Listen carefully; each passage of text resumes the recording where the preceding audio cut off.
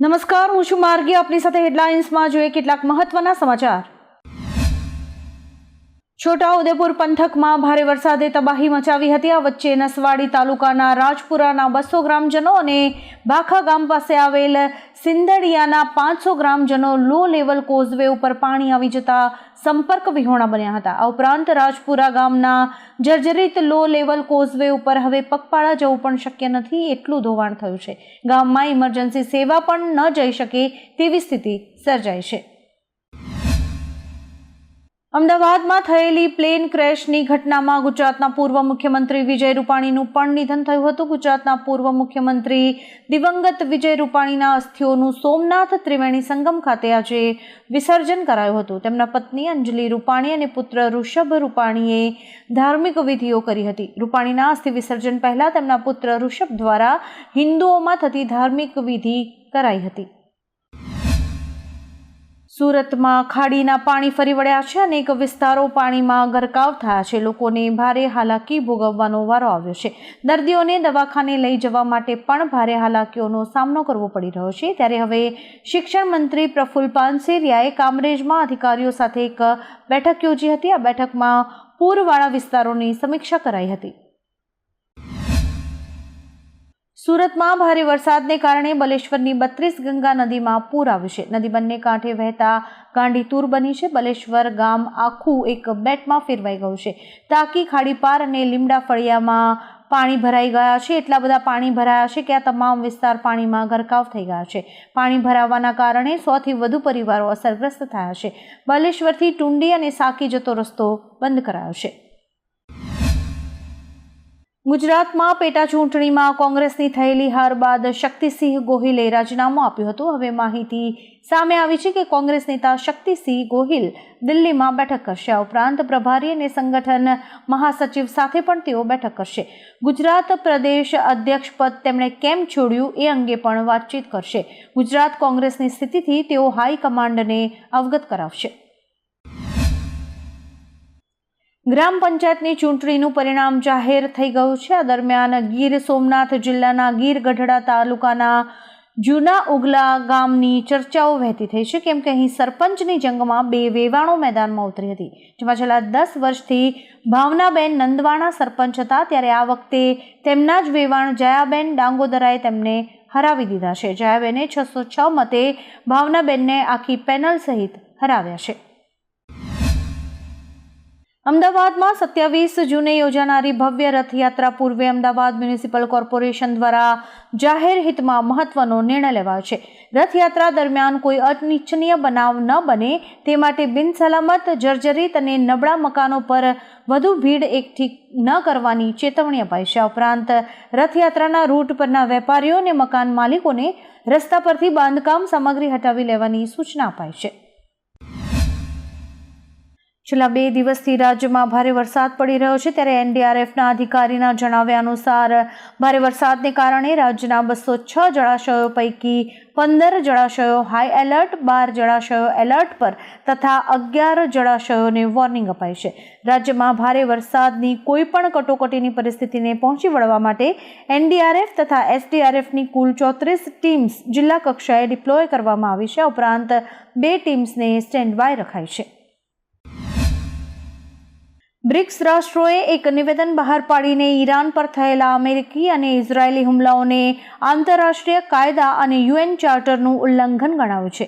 બ્રિક્સે સ્પષ્ટ કર્યું છે કે ઈરાનની પરમાણુ સુવિધાઓ પર હુમલો માત્ર આંતરરાષ્ટ્રીય નિયમોનું ઉલ્લંઘન નથી, પરંતુ તે આંતરરાષ્ટ્રીય પરમાણુ ઉર્જા એજન્સીના દિશા નિર્દેશોની પણ વિરુદ્ધ છે. બ્રિક્સે વાતચીત દ્વારા ઉકેલ લાવવાની અપીલ કરી છે.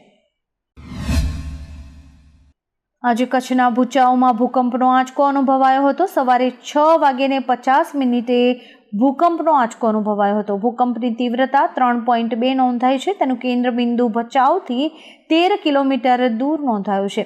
ખાસ વાત એ છે કે આ ભૂકંપમાં કોઈ જ જાનહાનિના સમાચાર નથી. ઉલ્લેખનીય છે કે કચ્છમાં અવારનવાર ભૂકંપના આંચકા આવતા રહે છે. વાત કરીએ કેટલા ઉમેદવારો જીત્યા તો મોરબીના ચાચા વદરડા ગામમાં રમણીક જસમત બાવરવા સરપંચ તરીકે 100 મતે જીત્યા છે. ભરૂચમાં ભરૂચ તાલુકાની કેલોદ ગ્રામ પંચાયતમાં સુરેખાબેન નવા સરપંચ બન્યા છે તો ભરૂચ તાલુકાની વરેડિયા ગ્રામ પંચાયતમાં સરપંચ પદે નસરીન વલી વિજેતા જાહેર થયા છે. હાંસોટની 11માંથી 4 ગ્રામ પંચાયતોમાં નવા સરપંચ બન્યા છે. હાંસોટમાં હિતેશ પટેલ, ડુંગરામાં અઝર શેખ, બાલોતામાં સુરેશ પટેલ અને બાડોદરામાં વિપુલ પટેલ સરપંચ તરીકે જાહેર કરાયા છે. ડોનાલ્ડ ટ્રમ્પને નોબેલ શાંતિ પુરસ્કાર માટે નોમિનેટ કરવામાં આવ્યા છે. રિપબ્લિકન સાંસદ બડી કાર્ટરે નોબેલ સમિતિને આ પ્રસ્તાવ મોકલતા ટ્રમ્પની ભૂમિકાને અસાધારણ અને ઐતિહાસિક ગણાવી છે. કાર્ટરે પત્રમાં લખ્યું કે ટ્રમ્પે ન ફક્ત ઇઝરાયલ અને ઈરાન વચ્ચેના 12 દિવસના યુદ્ધનો અંત લાવ્યો છે પરંતુ ઈરાનને પરમાણુ હથિયારો મેળવતા પણ રોક્યા છે. તેમણે ટ્રમ્પને આ અશક્ય લાગતા યુદ્ધ વિરામ માટે શ્રેય આપ્યો છે. મહીસાગર જિલ્લામાં સતત બીજા દિવસે ધોધમાર વરસાદ વરસી રહ્યો છે. આજે વહેલી સવારથી લુણાવાડા શહેર સહિત આસપાસના વિસ્તારોમાં સાંબેલાધાર વરસાદ પડતા અનેક નીચાણવાળા વિસ્તારો જળમગ્ન થયા છે. બજારોમાં જાણે કે નદી વહી રહી છે જેથી લોકોને અવરજવરમાં મુશ્કેલી પડી રહી છે.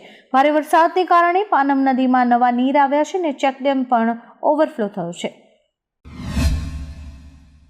1983માં આજના દિવસે એટલે કે 25મી જૂને ભારતીય ક્રિકેટ ટીમે ક્રિકેટમાં પોતાનો પહેલો વર્લ્ડ કપ જીત્યો હતો.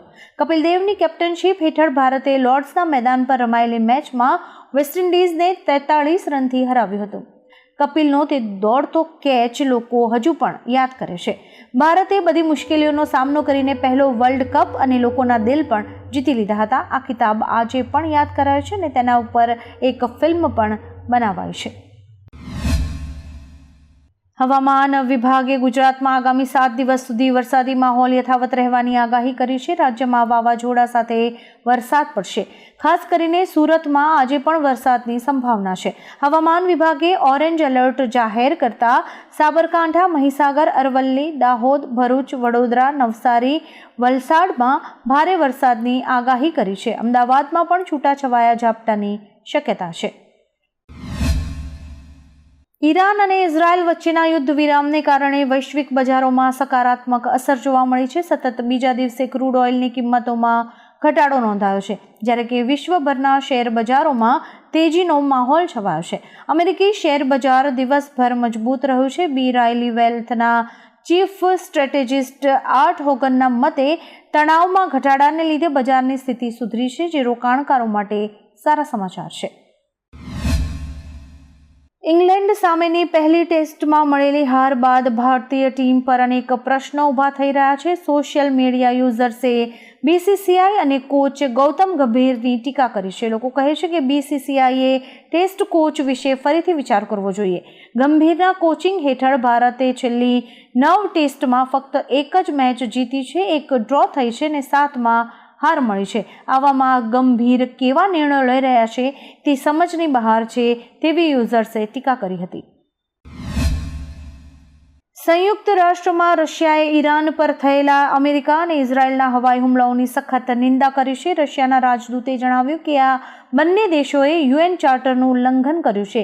તેમણે ભારપૂર્વક કહ્યું કે રશિયા ઈરાન પરના હુમલાઓની, ખાસ કરીને તેના શાંતિપૂર્ણ પરમાણુ કાર્યક્રમ પરના હુમલાઓની સખત નિંદા કરે છે કારણ કે આ કાર્યક્રમ આંતરરાષ્ટ્રીય પરમાણુ ઉર્જા એજન્સીની દેખરેખ હેઠળ છે. ચીને હવે મચ્છરના કદનું હાઈટેક માઇક્રો ડ્રોન બનાવ્યું છે. ચીન તેનો ઉપયોગ લશ્કરી કામગીરીમાં કરી શકે છે. આ ડ્રોનમાં 2 પાંખો, camera, sensor, antenna, battery, control circuit અને અન્ય એલિમેન્ટ્સ છે. ચીનની નેશનલ યુનિવર્સિટી ઓફ ડિફેન્સ ટેકનોલોજીએ આ ડ્રોન બનાવ્યું છે. આપને જણાવી દઈએ કે ચીન પહેલા નોર્વેએ માનવ હથેળીના કદનું ડ્રોન બનાવ્યું હતું. DGCAની તપાસમાં ખુલાસો થયો છે કે મુંબઈ અને દિલ્હી સહિત ઘણા મોટા એરપોર્ટ પર સુરક્ષામાં મોટી ખામીઓ છે. DGCAએ તેના અહેવાલમાં જણાવ્યું હતું કે એક એરપોર્ટ પર રનવે પર લાઇન માર્કિંગ ઝાંખા હતા. એક એરપોર્ટ પર ટેકઓફ પહેલા વિમાનના ટાયર ઘસાઈ ગયેલા જોવા મળ્યા હતા. કેટલીક જગ્યાએ દસ્તાવેજો યોગ્ય રીતે જાળવવામાં ન આવ્યા હતા જ્યારે કે કેટલીક જગ્યાએ ફરિયાદ પુસ્તિકામાં ખામીઓ હતી. બોર્ડની પરીક્ષા અંગે એક મોટો નિર્ણય લેવાયો છે. 2026થી બોર્ડની પરીક્ષા વર્ષમાં 2 વાર લેવાશે. નવી શિક્ષણ નીતિ હેઠળ લાવવામાં આવેલા નવા પરીક્ષા ધોરણોને CBSEએ મંજૂરી આપી છે. પરીક્ષાના પ્રથમ તબક્કામાં બેસવું ફરજિયાત રહેશે, જ્યારે કે પરીક્ષાનો બીજો તબક્કો વૈકલ્પિક રહેશે. પરીક્ષાનો પ્રથમ તબક્કો ફેબ્રુઆરીમાં યોજાશે, જ્યારે કે બીજો તબક્કો મે મહિનામાં યોજાશે. વિદ્યાર્થીઓ પોતાનો શ્રેષ્ઠ સ્કોર પસંદ કરી શકશે. શુભાંશુ શુક્લાએ ઇતિહાસ રચ્યો છે. તેઓ આજે એક્સિયમ મિશન 4 હેઠળ આંતરરાષ્ટ્રીય સ્પેસ સ્ટેશન માટે રવાના થયા છે. આ દરમિયાન શુભાંશુએ સ્પેસમાં ગયા બાદ કહ્યું કે વોટ અ રાઇડ. મારા ખભા પરનો તિરંગો દેશ સાથે જોડાયેલો છે. ભારતીય સમય મુજબ બપોરે 12 વાગે ફ્લોરિડામાં નાસાના કેનેડી સ્પેસ સેન્ટરથી આ મિશન લોન્ચ કરાયું હતું, જ્યાં શુભાંશુના માતા પિતા પણ ઉપસ્થિત રહ્યા હતા. ચૂંટણી પંચે આગામી ચૂંટણીઓ માટે જનસૂરજ પાર્ટીને સ્કૂલ બેગ ચૂંટણી ચિહ્ન ફાળવ્યું છે. પાર્ટીના તમામ 243 ઉમેદવારો આ પ્રતીક પર ચૂંટણી લડશે. જનસૂરજ પાર્ટીએ આ નિર્ણયનું સ્વાગત કર્યું છે અને કહ્યું કે સ્કૂલ બેગ શિક્ષણ અને પ્રગતિનું પ્રતીક છે, જે તેમની વિચારધારાને પ્રતિબિંબિત કરે છે. જનસૂરજ બિહારમાં એક ઉભરતી રાજકીય પાર્ટી છે અને તેની સ્થાપના પ્રશાંત કિશોર દ્વારા કરાઈ છે. રેડ 2 ફિલ્મ હવે OTT પ્લેટફોર્મ નેટફ્લિક્સ પર રિલીઝ થવા માટે તૈયાર છે. આ ફિલ્મ 26મી જૂન 2025ના રોજ નેટફ્લિક્સ પર સ્ટ્રીમ થશે, એટલે કે હવે તમે ઘરે આરામથી આ ફિલ્મ જોઈ શકો છો. નેટફ્લિક્સે ફિલ્મનું પોસ્ટર શેર કરીને રિલીઝ તારીખની જાહેરાત કરી છે. આ સાથે જ કેપ્શનમાં લખ્યું છે, કાઉન્ટડાઉન આજથી શરૂ થાય છે. અમય પટનાયક એક નવા કેસ અને તે જ જૂની આગ સાથે પાછો ફર્યો છે. વડોદરાના ડભોઈના ઉપરવાસમાં ભારે વરસાદ ખાબકતા ઢાઢર નદીના પાણી ગામમાં ફરી વળ્યા હતા. ડભોઈ તાલુકાના 8 ગામ ડાંગીવાળા, નારણપુરા, કરાલીપુરા, કરાલી, બંબોજ, અમરેશ્વર, વીરપુર અને મગનપુરા ગામનો સંપર્ક ખોરવાયો છે. આ ગામને જોડતા મુખ્ય માર્ગ પર નદીના પાણી ફરી વળતા વાહન વ્યવહાર પણ ખોરવાયો છે, જેથી લોકોને અવરજવર માટે હાલાકી પડી રહી છે. તંત્રએ તાલુકાના 14 ગામને એલર્ટ કર્યા છે. આવા જ કેટલાક રસપ્રદ સમાચારો નિહાળવા માટે અમારી YouTube ચેનલને લાઇક, શેર અને સબસ્ક્રાઇબ કરો અને જોતા રહો હેડલાઇન્સ.